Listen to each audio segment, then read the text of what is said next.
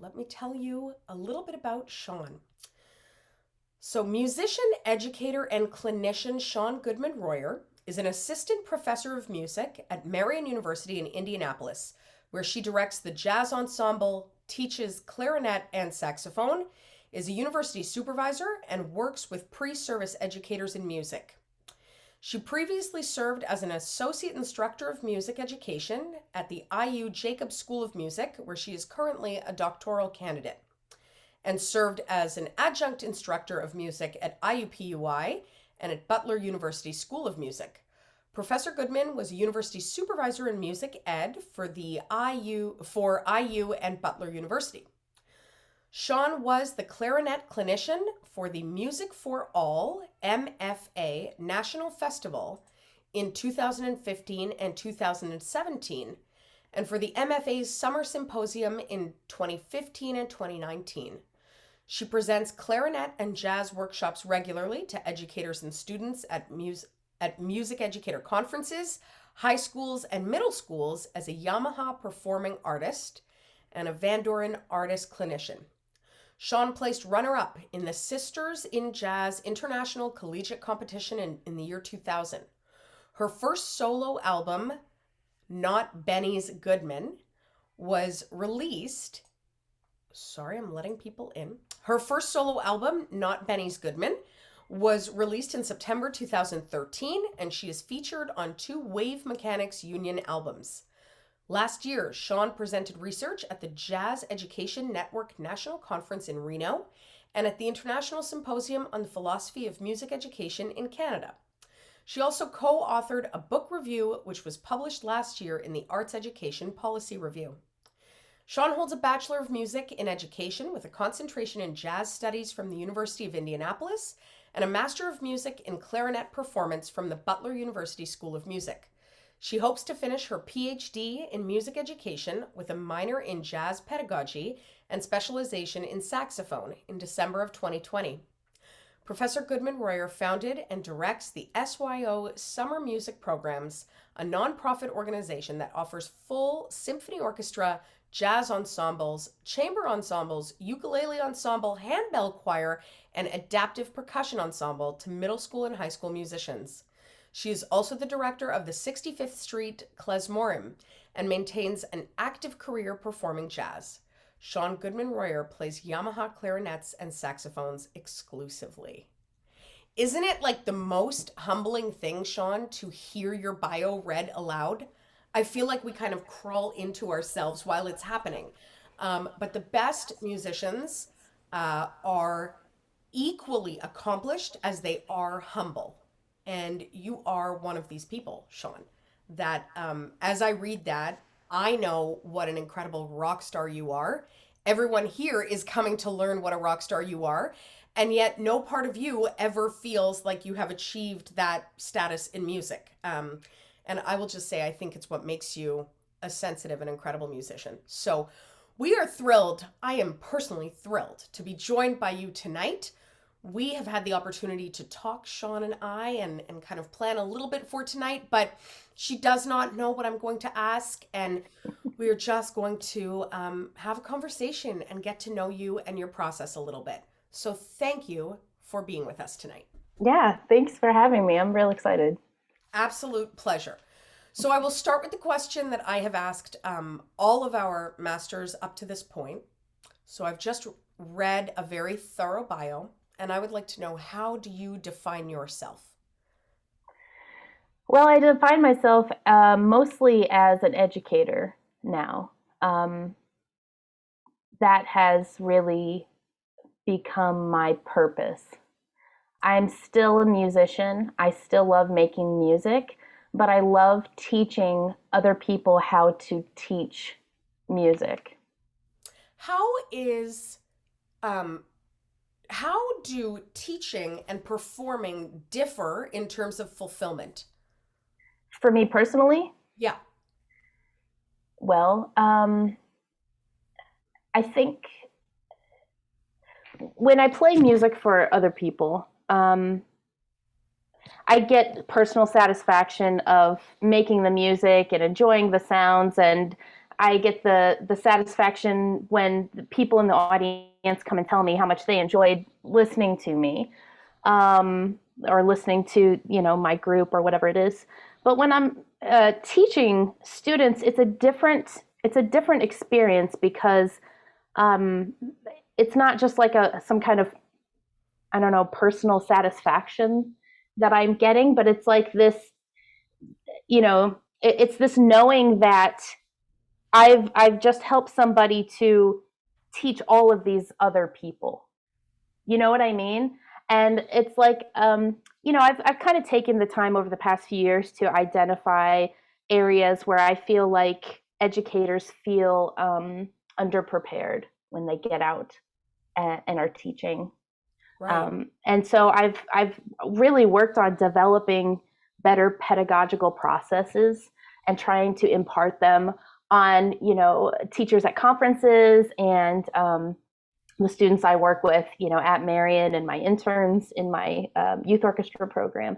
So that's really been, it's just so much farther reaching, than, I guess, Sure. yeah, just like making music for the little audience that that shows You up know, in the chatterbox.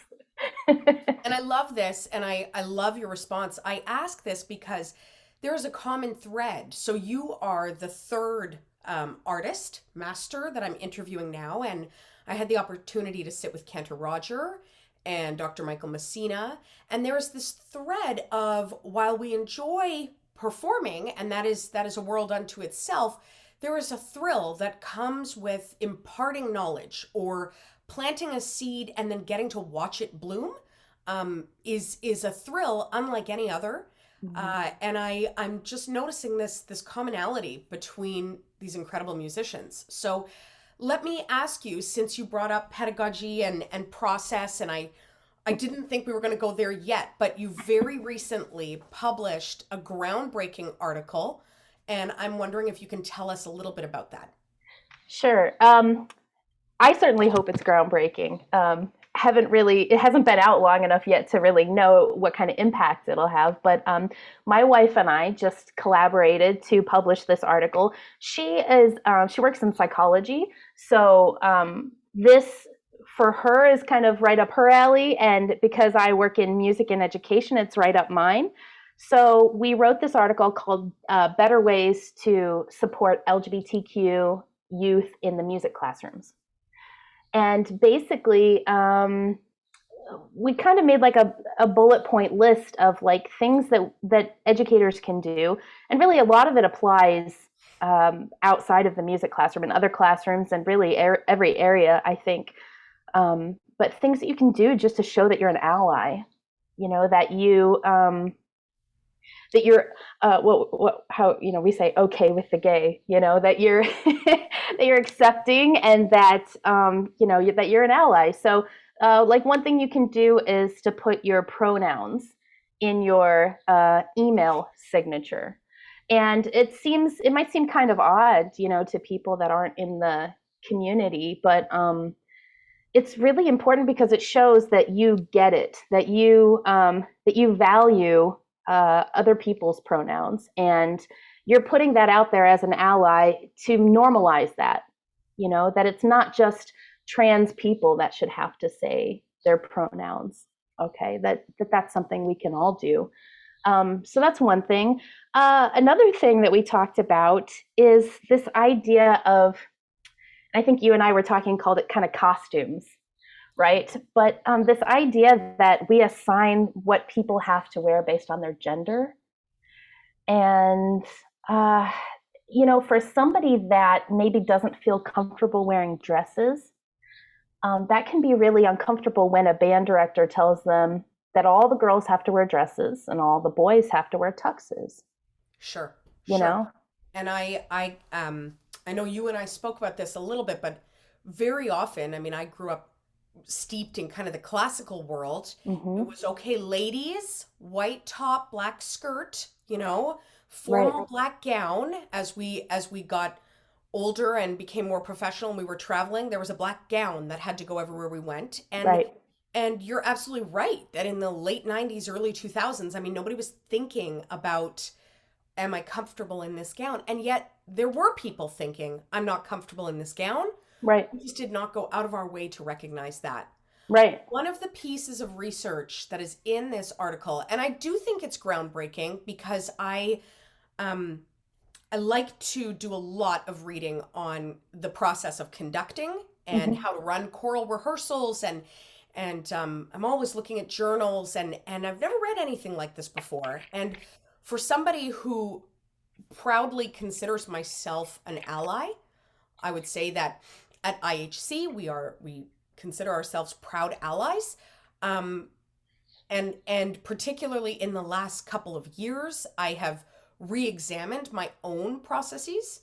Uh, for example, on MLK Shabbat, where for 20 years we were singing "We Shall Overcome," something about singing it this year felt like cultural appropriation, Mm. and I chose not to include the piece of music, right? So I like to think that I'm constantly reforming what feels appropriate. There was a part of your article that I had not even thought about. First of all, there were multiple parts. Let me just say that. And we will, Sonia, I will send you the link to this article, and we can post it. But it's really, really wonderful. Um, when running a choral rehearsal, so often, I mean, voice parts are split into soprano, alto, tenor, bass. And we'll say, okay, ladies, we're going to run the top parts. Okay, just the men now. And as somebody who's been running these ensembles, as I say, for like 20 years, I've never thought about how that might affect the dynamic of the rehearsal and the comfort level of anyone there. So thank you, and thank you to Brienne for bringing this to the forefront, and for attaching your names to really groundbreaking research. I think that the lesson here is that there's always something to learn, right? That we can always evolve. And so I do love that. And this is going to lead me into asking you a little bit about your own personal history. Sure. So let's go down this rabbit hole. Shawn, you were born in Flint, Michigan. Yes. What comes to mind when you think of Flint? Well, for me, it's things like Halo burgers and Verner's and great coney sauce. But most people probably think of, lead in the water and, the terrible reputation that, crime or poverty or whatever, people think of when they think of Flint. For me, I picture my grandparents standing on their front porch waving to us when we, finally made it to their house, and the friends that I used to play with down the road, and how I used to run to the Benjamin Franklin and buy things at the corner shop for my grandmother. That's Sure. Flint, Michigan for me. I love it. And you moved around a lot. So you really grew up in, was it Cleveland or Oklahoma? I mean, both, because we were in both places for, 4 or 5 years. So started in Flint, and then my dad worked for the FAA. He was an air traffic controller. So we moved to just outside of Cleveland when he worked there. And then we moved to Oklahoma City, and just outside in Edmond, which used to be a little tiny, small town. Now it's a little bigger. Um, and that's where I started playing clarinet in the band, when the band director tricked me into playing the clarinet. So tell this story, because I love this, and I think it really speaks to kind of the size of a small music program. Hmm. And if this band director only knew the orchid that they were planting, you know what I mean? But tell us the story of how you ended up in the band. Well, I mean, everybody else at the school wanted to play in the band because, the pep band from the sixth grade came and played for the fifth grade at the elementary school. And so everybody wanted to do it. And since everybody wanted to do it, I did not want to do it. I wanted to be a singer. That was my whole life, was singing. I just wanted to be a singer my whole life. So I, of course, signed up for choir.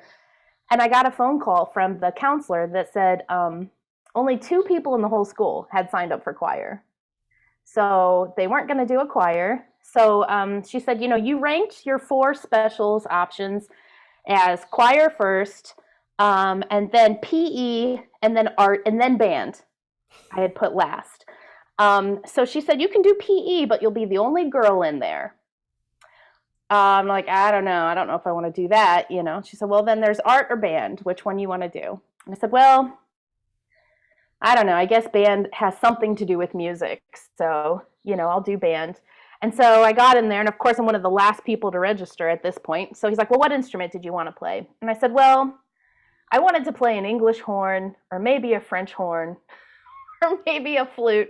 And I said, honestly, I just want to play the one that's the most like the recorder, the one that's going to be easy. Because I did pretty good at recorder. Which one's most like the recorder? And he said, oh, the clarinet is most like the recorder.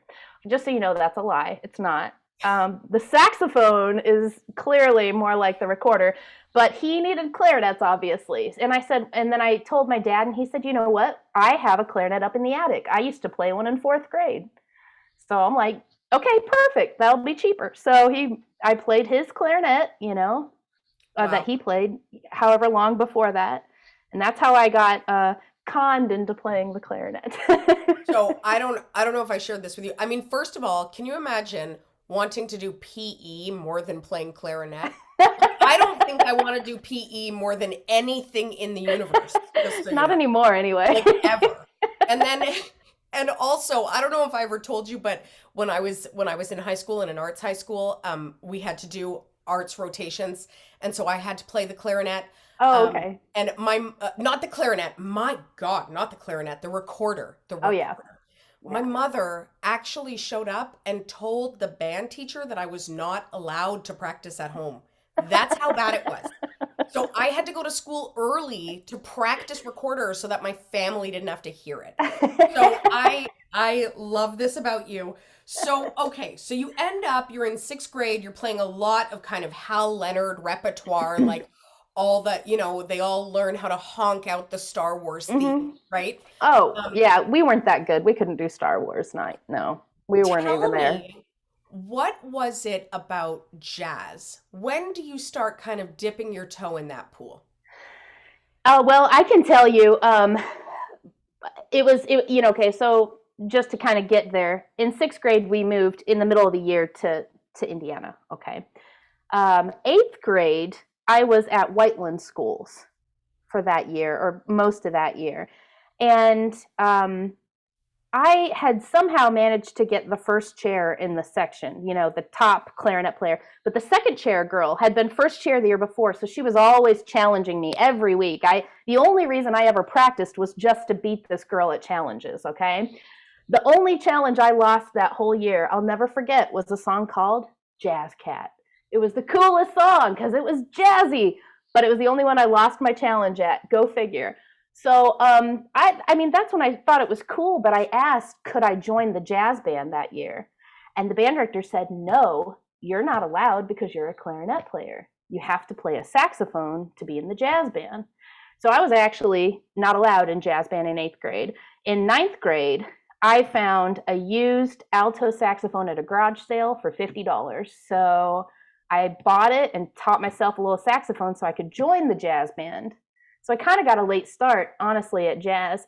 But what really actually inspired, like I was in the jazz band just for a social thing, Sure. but what really inspired me to play jazz for real, was one day my band director brought Frank Glover in to work with the jazz band during a study hall.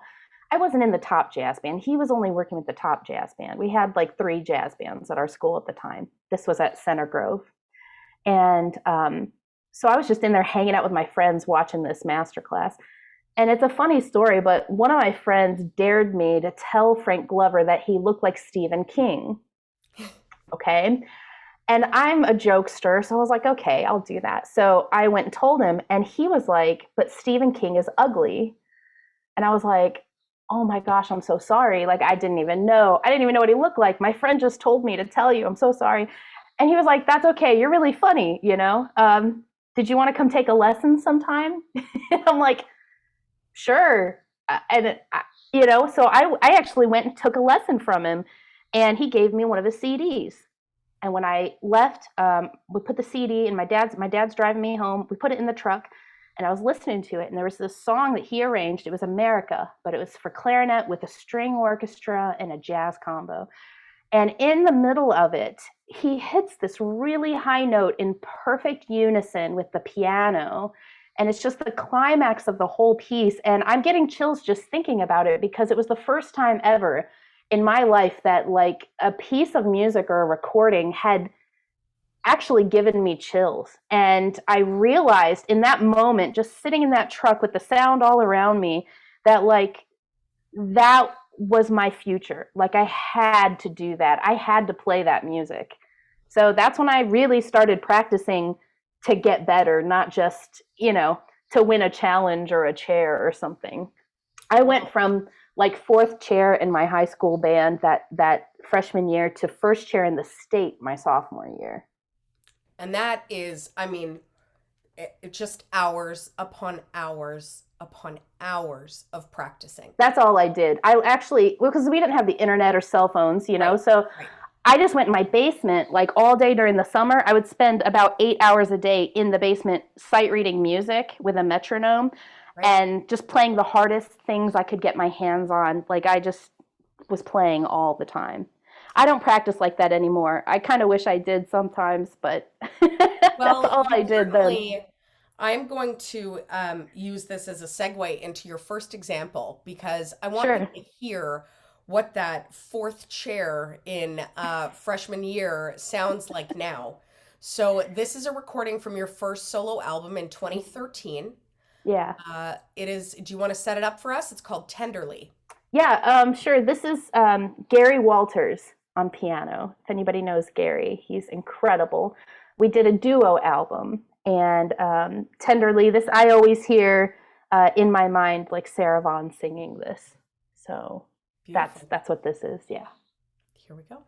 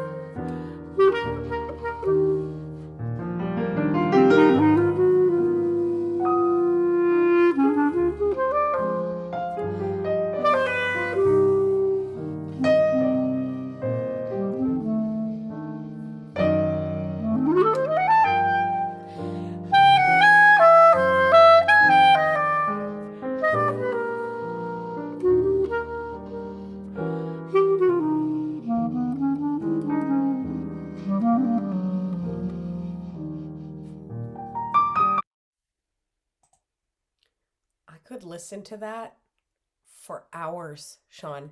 Like, that is so, I mean, anyway, I think we all feel the same way that we are in a different space than we were 3 minutes ago. Um, what do you think about when you hear that? Well, I was just thinking how much I miss playing with Gary. The pandemic has been tough in that way. There's a lot of great musicians that I really miss making music with. It's hard. Yeah.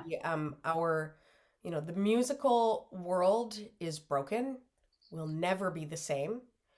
And yet I have chosen to believe that we are going to make music with so much more passion when we come out of this, you know? Yeah. Yeah. Um, I mean, tell I me, can say just no, real quick, one of the things that I've kind of realized lately is the people that I used to make music with mindlessly before, yeah, like a friend of mine who I actually consulted for that article for the section on the voice section, sure. is my friend Trevor Fanning. And he conducts musicals. He conducts musicals that I've played for. And we were friends before, but we never really went out of our way to talk or do anything unless we were on a gig, right? And then it was almost like a friendship, an acquaintance, friendship out of convenience. Sure. And some of these people that I realized I really valued them as people. And I never really got to tell them that, because we were always so busy playing our gigs and, our schedules and whatnot. And I've had the opportunity lately to reach out to some of those people and just check in on them and talk to them and get to know them on a more personal level. And that's been really nice. I think if, we've turned a terrible situation for as good as we can, and that's something that I have managed to do. That's a positive thing out of it. I love that. I think people would be surprised to know just how isolated and lonely the world of a professional musician is in the first place. I think we as a community deal with so much kind of struggle and sadness, even depression and imposter syndrome, and never thinking you're good enough to do what you do. And then you get up there and you bare your soul in the form of your art. Um, and the applause and the adrenaline that kicks in is just like this quick high, to get you through. And it really is. I mean, I think so much beautiful art is born out of struggle. And so you and I had the opportunity to talk about this a little bit. You have struggled a lot, Shawn. You have dealt with a fair amount of loss in your life. And I'm wondering, as much as you are comfortable sharing with us as to how it informs your process and how it kind of changed your trajectory. I think it's hard to tell how it's informed my process, really, from the first person perspective. I lost my brother in 2012, my little brother. And that was certainly very hard. So, yeah, I mean, I don't know that I can really say exactly how it's changed my process. I think I value things a little bit differently. I think we take things and people for granted sometimes, you know. Sure, And sure. I think anybody who's been through loss in their life has learned that lesson probably repeatedly. It's really, really easy to take people for granted. And um, I try to make a conscious effort not to do that anymore. Yeah, absolutely. And I think a lot about what you're saying about collaboration and kind of the loss that has happened in the last year, Hmm. and just how we took these folks for granted and being able to make music publicly for granted. Um, you're also a mom, Hmm. and there is I'm going to go out on a limb and say that there's struggle inherent in that, but just me, okay. But I I would love to know, How do you think so? You became a mom in, is it 2004 your daughter was? Yeah. Yep. Okay. Tell me how motherhood changed your voice. And by your voice, I mean, as I hear you play, I hear this incredible sense of breath, right? And continuity. And I talked about this when I had a chance to chat with Cantor Roger, which is I feel like as musicians, we all have one thing that we wish our instrument could do. And I live in a world of envy of breath control. I hear it and I'm like, oh my God, she still hasn't breathed and it's been like 800 bars, you know? So I hear this breath and it is just so constant and so deep and continuous while also being very soothing. Mm. And I would love to know, motherhood. What did that do for you as a musician? And what does being a mom do for you in your life? That's such a loaded question. I'm not sure where to start, but I mean, for me, it really changed the trajectory of what I was doing. Um, before we had our daughter, I was planning to be a jazz musician. Like that was it. That I was probably going to travel the world and just play jazz all the time. Which that'd be great. But once I had Caitlin, um, I realized I needed to get a degree that I could do something with. Like a degree that would give me some sort of job security, right? And I realized I had been teaching lessons, private lessons, since I was, like a freshman or sophomore in high school, and that I was a pretty okay teacher. Like I could kind of figure out, this is what I realized at that time, like I was pretty good at figuring out how kids were processing information so that I could connect to where they were at to help them improve on something. Okay. That was what I realized at the time. So I'm like, why don't I just do music education? So that's when I changed my major. It did take me 9 years, to finish my undergraduate degree. Okay. Don't judge, but No judgment. Are you no, I'm kidding? just kidding. Well, like, I think that was the biggest thing, was that it really did change literally the trajectory of what I was going to do with my life. Um, I think, I mean, I don't know, for better or for worse, I certainly don't have the practice time that I used to. I'm glad I put in all those extra hours beforehand. Um, I am still playing jazz. I'm still making music.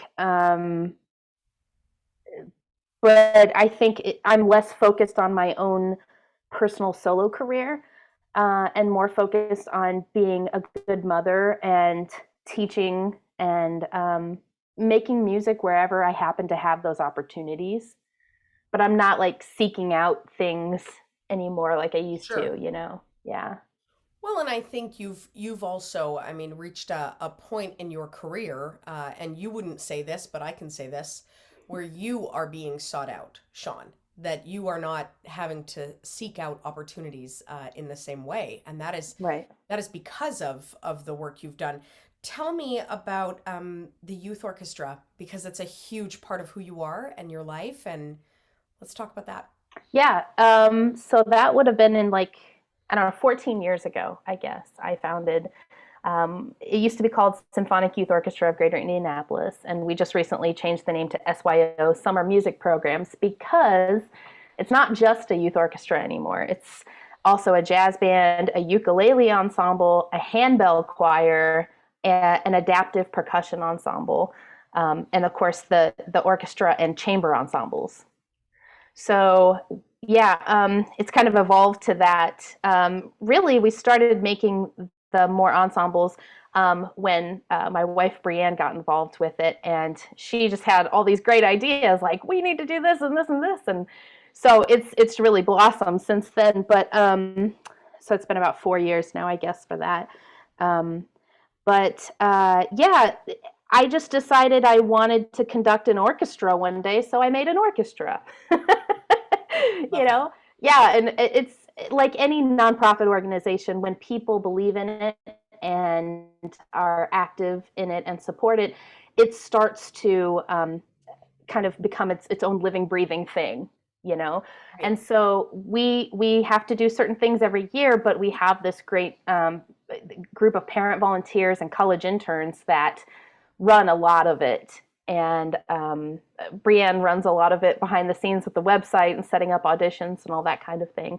Last year it was completely online. We Wow. and Oh, that Yeah, so we downsized it to just the jazz band and the orchestra last summer, just because that was a lot to handle. But this summer we are planning to be all in person with distancing and masks and outdoors when possible and all of this. wow. That Yeah. is awesome. And that's a huge undertaking. And also, um, just provides incredible access and opportunity to ensemble music making. I mean, Mm-hmm. since long before we were young, the arts have been kind of the first thing on the chopping block when it Mm-hmm. comes to looking at budget cuts. And what a gift that you give the entire community and indie in general in offering these opportunities to kids. Yeah. I want to move to your second musical example. Okay. So tell us about this recording. Okay. Which one was the second one? Remind me. This is the Rhapsody on Oh, yeah. Okay. So, right before the pandemic hit, like the year before that, I collaborated with Kathy Spangler over at Marion, and we co-commissioned Ryan Fraley, who lives over on the west side of Indianapolis. We co-commissioned him to write this piece called Rhapsody on Cue. It's for jazz, clarinet, and wind ensemble. Okay, and he also wrote a version of it with orchestra and one with a jazz band. Because there's really nothing for like a jazz clarinet player with improvisation involved to play with like a large group.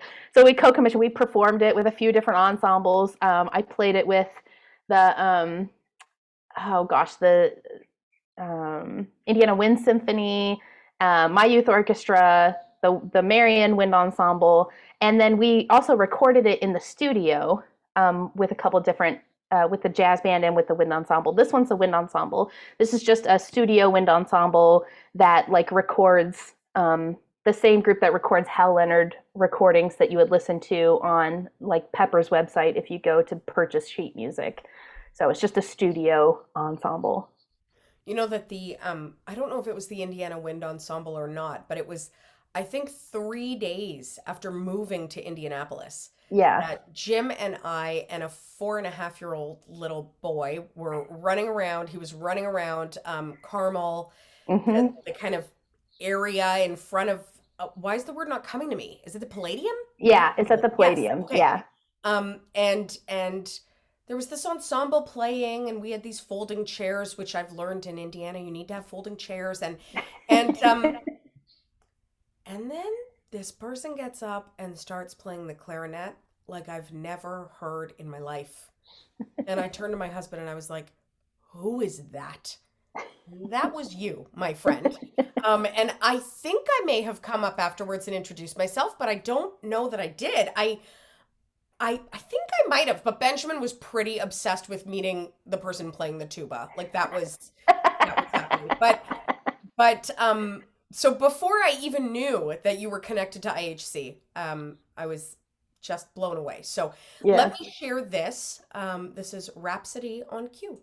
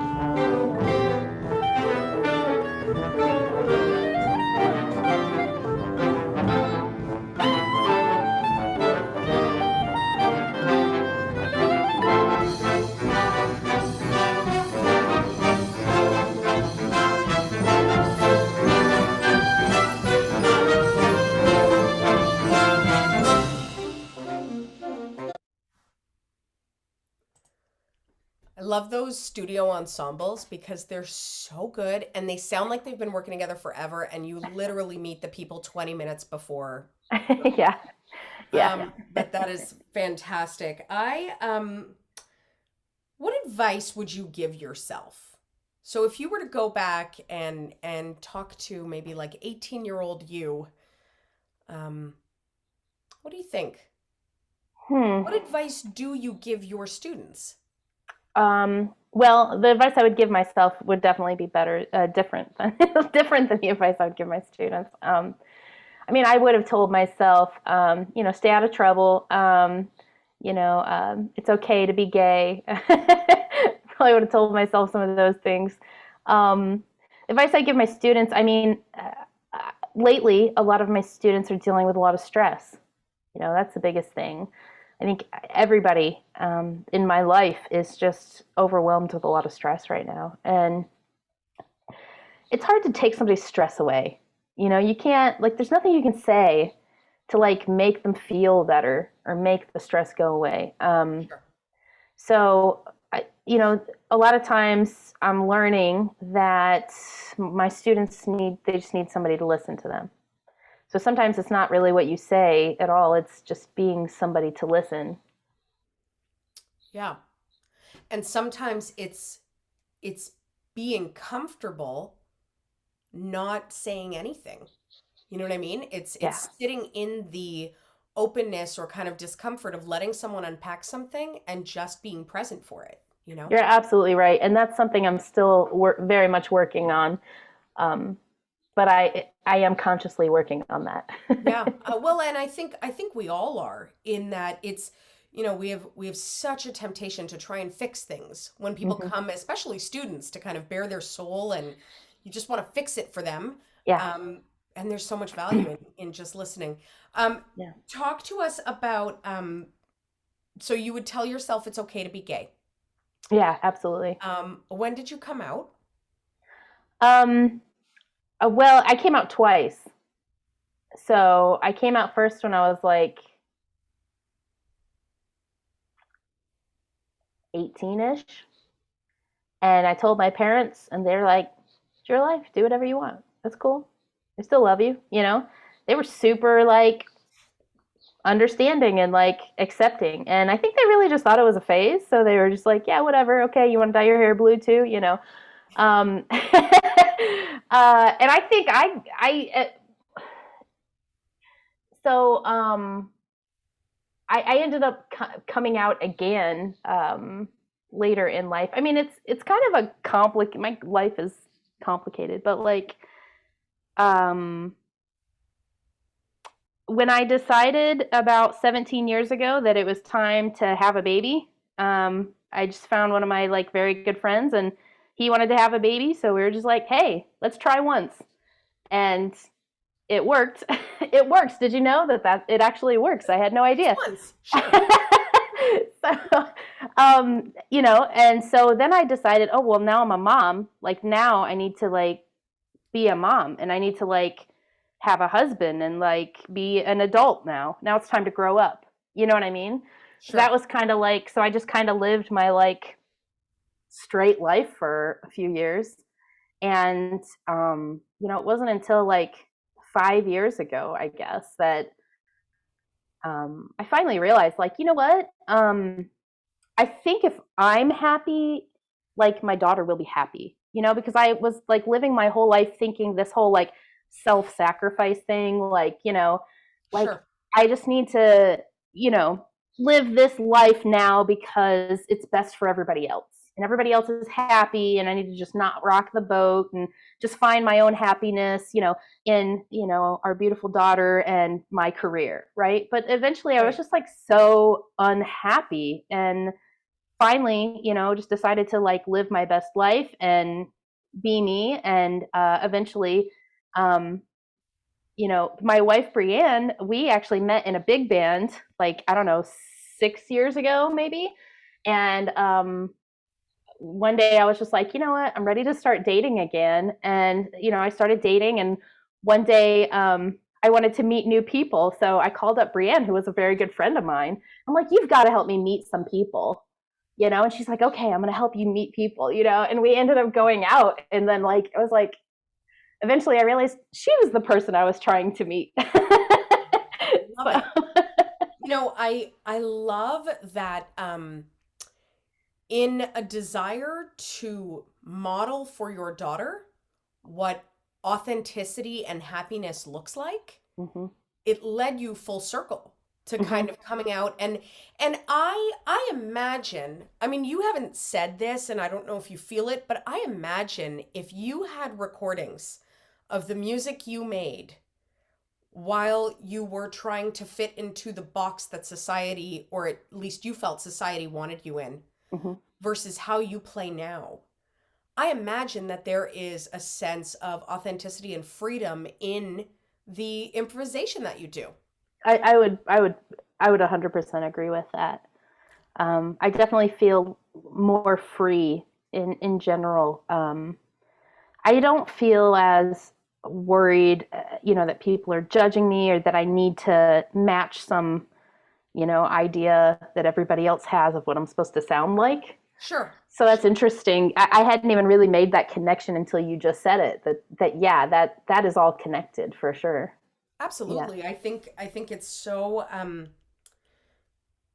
I can't say it's different because I don't know any other life than Mm-hmm. the life of being a musician or an artist, but it's just so connected. We don't turn it off and then on again, that it's all connected. Let me ask you about improvisation. So to give everyone a little bit of background, yes, I am kind of heavily steeped in the classical world. I did my undergraduate degree at a small jazz college because there was no classical voice professor. And they told me that if I went there, they would give the tuition money to whomever I wanted to study with. And so the director of the Canadian National Arts Centre Opera was not teaching at a university. And so I decided if I went to the small jazz college, I would be able to study with him. And so that's how I ended up in a jazz school, Shawn. And I remember the first time I saw a chord with a flat nine and a sharp 13, and I was like, hang on a second, there are only eight notes. What are you talking about? Like I talk about like mind blown, just totally jazz theory kicked my you know what in a way that I could not even imagine. So, a question for you about improv, because in the jazz world, you play what's on the page, and then there comes a point where you solo Mm-hmm. and you improvise. And it is, in my personal opinion, terrifying. Terrifying, right? It's like walking the plank without knowing how to swim. Um, and and and at the same time, I imagine for somebody who feels great about it, it can also be freeing. And so Mm-hmm. my question for you, Shawn, is when you improvise, are you do you know what you're going to do? No. Not at all? No. I mean, sometimes I'll go into it and I'll be like right before I play, I'll hear something that somebody else plays, like the, guitar player or the piano or something. And I'll be like, oh, that was cool. And so I'll imitate what they just played, to start. So to kind of give you something to jump off of. Or maybe this is a piece that I heard a recording of, and I really liked something that somebody else did on the recording. So I might steal a little tiny piece of that, which is totally legal. It's not plagiarism. So you know what I mean? And that's really like kind of paying your respects to those, artists that you're listening to. So, but that's not to say that we don't practice things to Right. prepare us, for being up there. Um, so I'll practice my chords and melodies and maybe transcribe something that I've heard somebody else play over the same piece, and some scales and technical exercises. But when you get up there, you're mostly you're following your ear and you're thinking of the chords, um, and interacting with the people that are around you, listening and you try to create the music together, right? Spontaneous Sure. composition could be another. term for improvisation. So, So when you, and this is again totally self-indulgent, this is me mhm, asking you, mhm. when you make a recording, like not Benny's Goodman, right? That solo, you just improvised on the spot? There Yeah. was no, my mind is blown. Like, let me just say, blown. I I I joined a jazz vocal ensemble in my first year of undergrad because I was like, why not? You know? Yeah. And we were at a coffee house, which again, this is like all foreign to me, okay? At a coffee house where they're just like, and now the, Carleton University jazz singers, and okay, and we all just kind of saunter on stage in jeans, and we were singing Blue Moon, Mhm.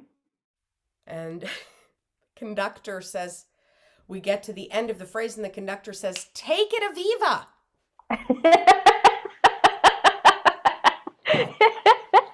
And I had to scat, Shawn, for the first time in my life. On a stage. That's It was great. the last time in my life. Um, and those of you who know my parents, you know that my dad is kind of the president of my fan club. He's just, if he could wear my face on a t-shirt, he would. And afterwards he said, that's probably not your avenue. That's probably not, you're great. That's you shouldn't do that again. Yeah. But it was, yeah, it was pretty mortifying and terrible. But I'm just in awe of just the courage that comes with improvising at that level. I love it. No, that's great, and thank you for sharing that story because that's wonderful to know. And I have a similar thing that happened to me. I wanted to play jazz so bad, once I was inspired, by Frank, and so in my jazz three band, that I was in, there was a little solo in this one song, and the band director was going to let me play it, and it had chord changes, and so I had no idea what to do. So I took my pink highlighter and I highlighted all the A flat seven chords in pink. And the D flat sevens were in green and the E flat sevens were in, orange. And I remember like I didn't know what to do, but I knew that those notes that were written there like would probably like if I played those, they would probably be right. So I showed up at rehearsal that next week, and when it was my turn to solo, I improvised. Okay. And I was like, okay, I'm doing this. And I was terrified beforehand. I talked to my dad. He's also the president of my fan club. And my dad was like, you can do this. Just be confident. Just get up and play. He's not a musician, but he was, my cheerleader. And so I got up there and I played a solo. After my solo, the band director cuts off the band and he says, Shawn, maybe just play the written solo from now on. Oh God. Yeah. Oh, Yeah. So a yeah. similar experience as what you had. And so I could have went one of two ways. I could have said, that's it, I'm never doing this again. Right? Right. I'm gonna just play Yeah. scales or something. But instead, it like there was something inside of me, like a little fire, like a little match was lit, and I was like, I'll show him. Like I that was love it. that. Like, yeah, so all of a sudden, but I don't think that, like you said, that kind of experience, it's not going to light a match for everybody. For Right. me, I was Right. always just wanting to prove everybody wrong, So like that's why it lit a match for me. But No, and what it taught me was taking vocal jazz for an easy credit was not smart. that's right. So let me ask you, I want to do two things. First, I want to touch on your Jewish journey and Mhm. set up this final example. And I'd like to talk a little bit about your relationship with IHC. And then after we share the clip, we'll close with kind of the lightning round of questions where I just fire a few questions at you. So first, tell me about your Jewish journey. So your grandfather was Jewish, Yes. and what led you to IHC? Um, well, that's a good question. So, yeah, my grandfather was Jewish. My father was actually born in Poland. And when they came over to the United States, my grandmother, he married my grandmother. She was, I think, Catholic. So they decided for some reason not to pass, the Jewish tradition on to his kids, my dad. But he was always a practicing Jew, and my dad still recognizes a lot of the melodies, from his childhood. But he never went to Hebrew school or anything like this. But for me, one day I got a phone call from a guy named Paul Young, who's a cellist. And I guess he used to play at the IHC a long time ago. And he called me up one day and said that Cantor Roger needed a clarinet player, and he thought I would be just perfect for it. And so he introduced me to her. And this would have been, gosh, I don't know, 7 years ago, maybe now. And so I came in and played one time for a Shabbat service. And I must not have missed too many notes because she kept me on. She kept me on for about 5 years. We played with the trio there for the Shabbat services. And we would also play, on occasion for, like High Holy Days and some other special services. But that's how I ended up there. But it was only a year or two into it when I just realized how special those Friday nights were to me. And something about the music in the services, I felt it inside of me in my heart, and I knew that I had a connection to the music, but also to all of the people in there. I felt that very strongly.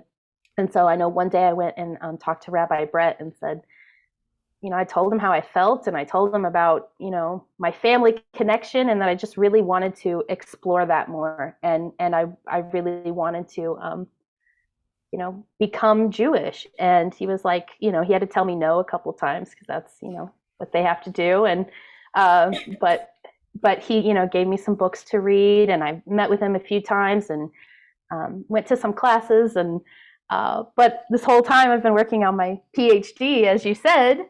Oh, no big deal. Not like you're busy. Don't so even. It's all been so sporadic, and I really hope and plan to continue that and actually achieve that one day. I just think it's so cool that you are a human being who is on this constant path of exploration, that you are on this constant journey as a musician, as a person of faith. You're constantly discovering what excites you and what entices you in the moment. And I admire your ability to kind of go for it in that way. How long have you been directing the klezmorim? Well, a little over 2 years, I think. A little over 2 years. Is that right? Now. Yeah. I don't know that I gave you an option. I think I called you and said, Shawn, I have something that you have to do. I think it just, and what's been really exciting is, I'll share with everyone that throughout the pandemic, as you know, it's been incredibly difficult to make recordings, to perform. We can't perform together. I mean, for the choir, forget it. We haven't even had the opportunity outside of the High Holy Days because these recordings just are incredibly difficult and multi-layered, and it takes a lot. And yet you turned the opportunity into a chance to teach. You were lecturing, you were rehearsing, you are rehearsing actively. Mm-hmm. And I'm going to go ahead and share this final example. And this is our 65th Street Klezmorim playing Lebendig und Freilich.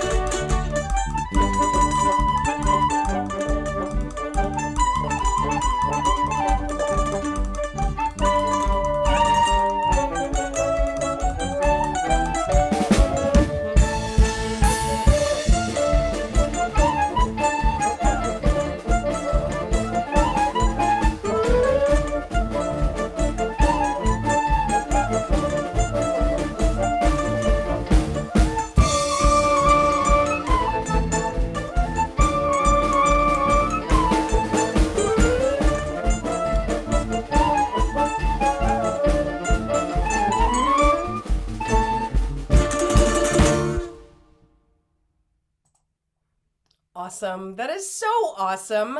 What do you enjoy most about conducting the klezmer ensemble?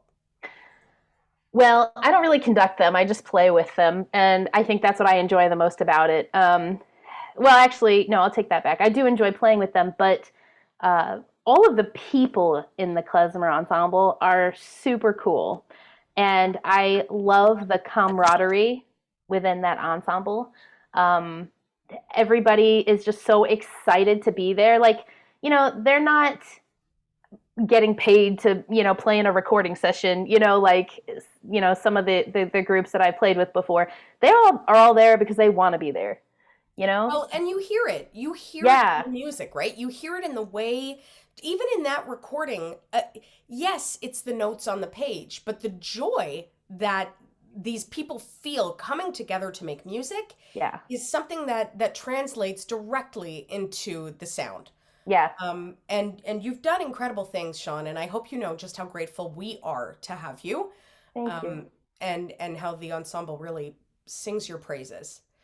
So I'm going to close. I mean, I feel like I could hang out with you for many more hours, and we do still have to. We were supposed to get a Yes. drink like a long time ago. Yeah, and Um, then this crazy. Did you hear about this virus that's going around? Yeah. I know. Apparently, there's a reason we're on Zoom. Yeah. Um, but let me ask you some quick fire questions here. Okay. So tell me what keeps you up at night? What do you lose sleep over? Um, am I um am I doing everything right as a mom? Oh, yeah. Yeah. That's a tough one, isn't it? I feel like what keeps me up is am I doing anything right as a mom? You know, like Yeah. yeah, Yeah. I'm with you. Yeah. What's your favorite food, Shawn? Um, Pizza. What kind? New York, Mm, Chicago? What are you into? New York, and definitely something with like some portobello mushrooms, some goat cheese, and some fresh basil. Yes, even more reason to hang out. Yep. Where is the coolest place you've ever traveled? um,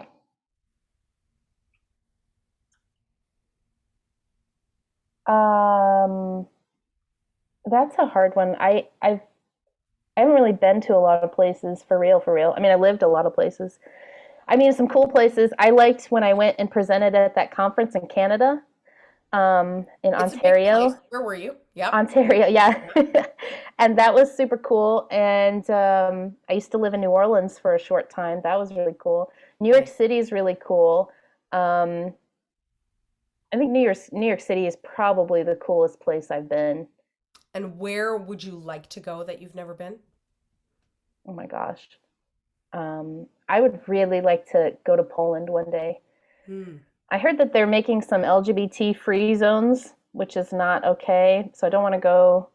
Like Right. I'm kind of having like this internal conflict right now about Poland. But I always Right. wanted to go kind of see like where my dad was born and where my grandfather lived and that kind of thing. Sure. Sure. Yeah. Um, is there a stage that you've never performed on that you'd love to perform on? Um,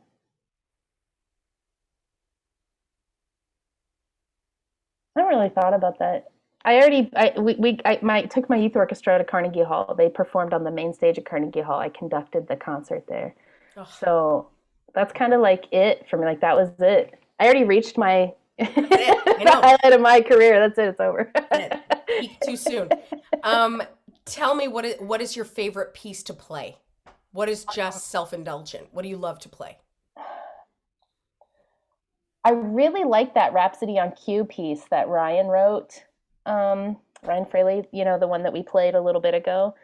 I Sure. really like playing that. That's a lot of fun. And do you have a piece that everyone loves that you can't stand? um, yeah. Well, there's a jazz piece called There Will Never Be Another You. And Yes. I can't stand that one because one of my professors in college made me like play it for like a whole year. I get it. I get And it. he like made me transcribe the piano voicings on the piano, Oh, and I just couldn't hear any of it, and I had no idea what I was supposed to do in the bass part, and I was like, I don't hear anything except the melody. So that was really annoying to me for a long time. So this is how I feel about Girl from Ipanema. Like if oh I really? ever hear it again, it'll be too soon. Um, that is so fantastic. Shawn Goodman, Shawn Royer, such an incredible pleasure to be with you. Thank you. Thank you. Thank you for sharing with us your heart and your soul and your music and your time. This was our third installment. Next week at 7:30 p.m.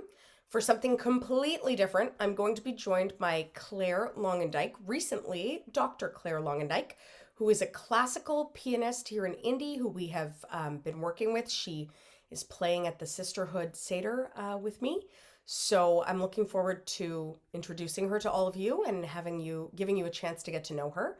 But Shawn, all these sessions are doing is making me realize how much more time I want to spend with people. So I am looking forward to a time when we can sit down for pizza with mushrooms on it and fried zucchini sticks. We've talked Yes. about that. Yes, They are my absolutely. favorite, and they don't Yes. make them in Indianapolis, so we have to find one. But thank you all so much. Have a great night and have a good week, and I'll look forward to seeing you soon.